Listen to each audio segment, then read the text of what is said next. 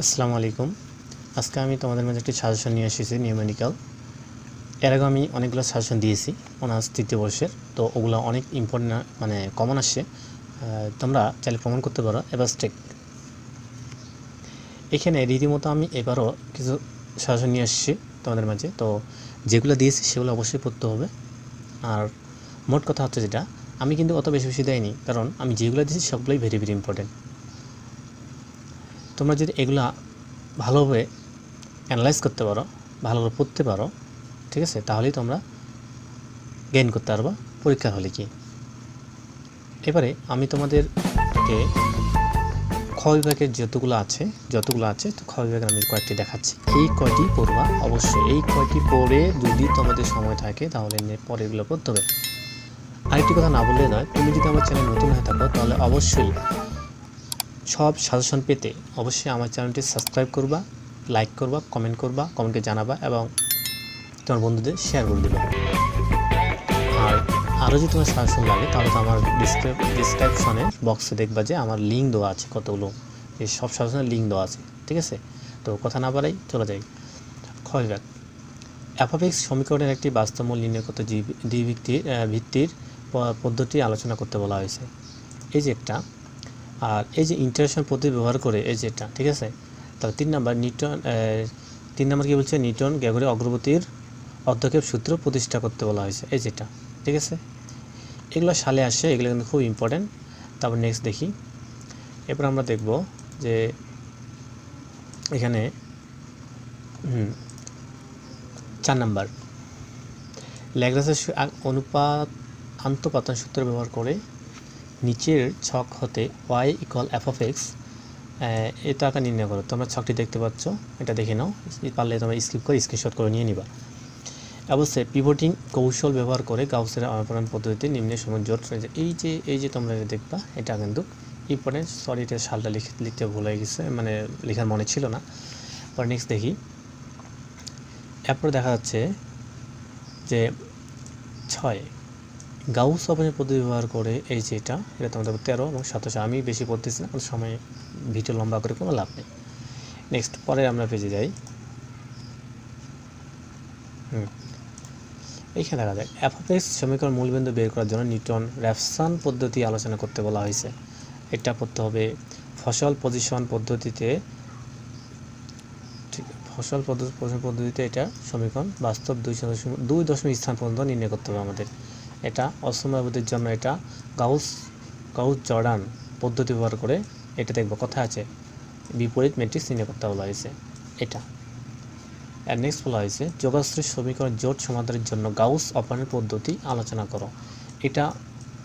এটা বলতে কি সবগুলো আমি ভেরি ইম্পর্টেন্ট দিয়েছি, কিন্তু সবগুলো আমি পাশে লিখতাম ভি আই, দেখার দরকার নেই তো, কারণ আমার সবগুলোই ভেরি ইম্পর্টেন্ট। এরপর দেখা যাক কী আছে,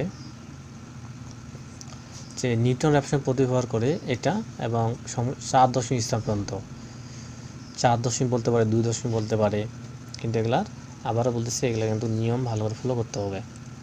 এরপরে দেখি আমি 13 নম্বরে, এইখানে বলা হয়েছে যে স্টিফনেসের 1/3 বিধি, দেখো স্টিফনেসের এত বিধি এটা, এবং এই যে এটা মান নির্ণয় করতে বলা হয়েছে। 11 এবং 1820 সালে আসছিল। এগুলো কিন্তু অবশ্যই ভালো করে পড়তে হবে, কিন্তু 100% সহকারে পড়তে হবে, কেমন, না পড়লে ধরা খাবা। এবার নেক্সট পেজে যাই আমরা। এইখানে আমি লিখে দিয়েছি বিশেষ দ্রষ্টব্য সবগুলোই VI। প্রথম ক্রমের সাধারণ গুণোত্তক এটার জন্য 4 এটা, ঠিক আছে।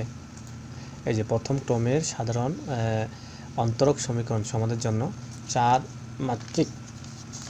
মাত্রিক শক্তি পদ্ধতি ব্যবহার করে নিচের ম্যাট্রিক্সটির বৃহত্তম আইগেন মান এবং সংশ্লিষ্ট, আমি অন্যটা করতেছিলাম। এখানে প্রথম ক্রমের সাধারণ অন্তরক সমীকরণ সমাধানের জন্য 4 এটা, তারপরে এটাকে মিস্টেক হয়ে গেছিলো, এটা বাদ। এই যে সেনসন 3/8 সূত্রের সাহায্যে এই যেটুক, ঠিক আছে, এই যেটুক দেখে মিলাই তোমরা নিয়ে পড়বা। যদিও 16 সালে আসছিল কিন্তু 21 সালে আসেনি, তো 22 সালে আসার সম্ভাবনাটা অনেক বেশি। এখানে বলা হয়েছে যে রোমবাড়ি, এই যে খ নাম্বারে বলা হয়েছে যে রম্বেস ইন্টিগ্রেশন এর সাহায্যে আমাদের এটা প্রমাণ করতে বলছে। ঠিক আছে, এটা সাল লেখা মিস্টেক হয়ে গেছে। 3 নাম্বারটি দেখি, নিম্ন মধ্যে ছকের এক্স ওয়াই এর মান এই যেগুলা এটা এই যে এইগুলোর সাহায্যে তোমাদের কী করতে হবে, এই ছকটা অ্যান্সার করতে হবে। অবশ্যই এগুলো লিখে বারবার প্র্যাকটিস করতে, একটা অঙ্ক ন্যূনতম 3 বার লিখো, মানে তোমাদের একটা ধৈর্য থাকবে যে আমি 5 বার একটা অঙ্ক 5 বার হলেও লিখবো। আমি লিখলেই দেখা যায় অটোমেটিক কী রেজাল্ট পাবা যে তোমার হয়ে গেছে। সে লেখার কোনো বিকল্প নেই, লিখতে হবে, লিখে প্র্যাকটিস করতে হবে। ঠিক আছে, আর নেক্সট পেজে যাই। নেক্সট পেজে দেখা যাচ্ছে এই রৈখিক সমীকরণ জোটের সমাধান বের করার জন্য গাউস-সেজ পুনরাবৃত্তি পদ্ধতি প্রতিষ্ঠা করো। এটা খুব ইম্পর্টেন্ট। এই যে এলইউ উৎপাদক আকার, এই যে এটা, ঠিক আছে, এটা পড়তে হবে। তারপরে সমব্যবধির জন্য নিউটন গ্রেগরির অগ্রগতি আন্তঃপাতন সূত্র প্রতিষ্ঠা করো। উক্ত সূত্র ব্যবহার করে নিচে দেখা যায় টেরিলের সাহায্যে টেনে। তারপর দেখি আমরা টেবিলের সাহায্যে এক্স 0/10 0/15 ওয়াই ইকুয়াল 10x, এই যে এটা। এখন তোমরা যদি এই অঙ্কগুলো যদি না পেয়ে থাকো, যদি সমস্যা হয় ভাই এটা অঙ্কটা পারতেছি না, তাহলে আমাকে বলবা, আমি ভিডিও সহ অঙ্কটা দিয়ে দিব। তারপর দেখা যায় এখানে বলা হয়েছে যে রেঞ্জিকুট্টা পদ্ধতি ব্যবহার করে এটা এত ব্যবহৃত এটা আমাদের প্রমাণ করতে হবে। 14 এবং 17 সালে আসছিল। রৈখিক সমীকরণ জোটের সমাধান নির্ণয়ের জন্য জ্যাকোবির পুনরাবৃত্তি পদ্ধতি প্রতিষ্ঠা করতে হচ্ছে। জ্যাকোবি, ঠিক আছে, জ্যাকোবি, এখানে জ্যাকোবি লেখাটা আছে, জ্যাকোবি আর এটা আছে গাউস। ঠিক আছে, প্রথমটি 1 নাম্বারটি, তাহলে 8টা হইল। তারপরে দেখি আমরা শেষে 9 নাম্বার, গাউস সাইডেল অপারেশন পদ্ধতিতে নিচে রৈখিক সমীকরণ জোটের সমাধান নির্ণয় করতে। এটা 15 এবং 17 সালে আসছিল। সবগুলো ভেরিয়েবলে আমি লিখে দিছি, যে দেখো আমি কি লিখছি, এই যে আমি মার্ক করে দিচ্ছি এই জায়গাটা। নিজের প্রতি বিশ্বাস রাখো, কখন নিজের প্রতি বিশ্বাস হারাবে না। ঠিক আছে, তারপরে আমরা নেক্সট দেখি। এবারে আমরা দেখতো যে 10 নাম্বার, একটি ম্যাট্রিক্সের আইগেন মান এবং আইগেন ভেক্টরের সংজ্ঞা দাও। শক্তি পদ্ধতি ব্যবহার করে নিচের ম্যাট্রিক্সটির বৃহত্তম আইগেন মান এবং সংশ্লিষ্ট আইগেন ভেক্টর নির্ণয় করো। এইটা তারা যেটা 11, 14, 16, 11, 14, 17 এবং 2022 সালের সম্ভাবনা বেশি। ঠিক আছে, সবগুলো ভেরি ইম্পর্টেন্ট, কিন্তু আমি বেশি দিয়েছি। এখানে এখন আমরা দ্বিবিভক্তি পদ্ধতি ব্যবহার করে x - cos x 0 সমীকরণ পদ্ধতি বাস্তব মূল 4 দশমিক স্থান পর্যন্ত নির্ণয় করতে বলা হয়েছে। এখানে এই যে অসমান ব্যবধির জন্য ল্যাগ্রাস এর আন্তঃপাতন সূত্র প্রতিষ্ঠা করো। ল্যাগ্রাস আন্তঃপাতন সূত্র ব্যবহার করে নিচের তালিকা থেকে এর মান বের করতে বলা হয়েছে। এটা কিন্তু মানে 100%, সবগুলাই আমার 100%। তারপরে এটা একটু সিওরিটি বেশি দিতে হবে। এরপরে আমরা দেখতেছি যে আদিমান সমস্যা সমাধানের দ্বিমাত্রিক রেঞ্জ কোডটা যে পদ্ধতি নির্ণয় করতে বলা হয়েছে, এটা কিন্তু খুব ইম্পর্টেন্ট। এই যে এটা আমি পড়তেছি না, ওয়াইয়ের মান নির্ণয় করতে বলা হয়েছে। তো এখানে আমি তোমাদেরকে কয়েকটা কথা না বলি নয়, এই যে আমি যে সাজেশন দিয়েছি অবশ্যই ভালো করতে হবে, কিন্তু হেলমাসি করা যাবে না। এর আগে আমি সাজেশন দিয়েছিলাম, অনেক কম পাওয়া গেছে এবং সবাই আমাকে কমেন্ট দিয়েছিল, কিন্তু কমেন্টগুলো আমি হাইলাইট করছি।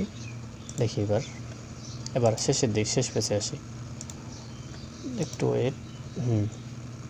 এই যে প্রশ্নটির 3.75 ছকটি, এটা কিন্তু এই যে 3.75 ছক কিন্তু এই যে এটা কথা বোঝা গেছে। এবার দেখি আমরা শেষ 15 নম্বর, এই যে এটা ব্যবহার করে আমাদের এত মানে চতুর্থ ক্রমের রেঞ্জিকুটটা ব্যবহার করে dy/dx y² - x divided by y² plus x² যখন y of 0 1 হয় এবং h = 0.2 ধরে x 0.2 এবং 0.4 বিন্দুতে সমাধান বের করা। এখন বলা হয়েছে, এখন আমি এইগুলো পড়তে হবে।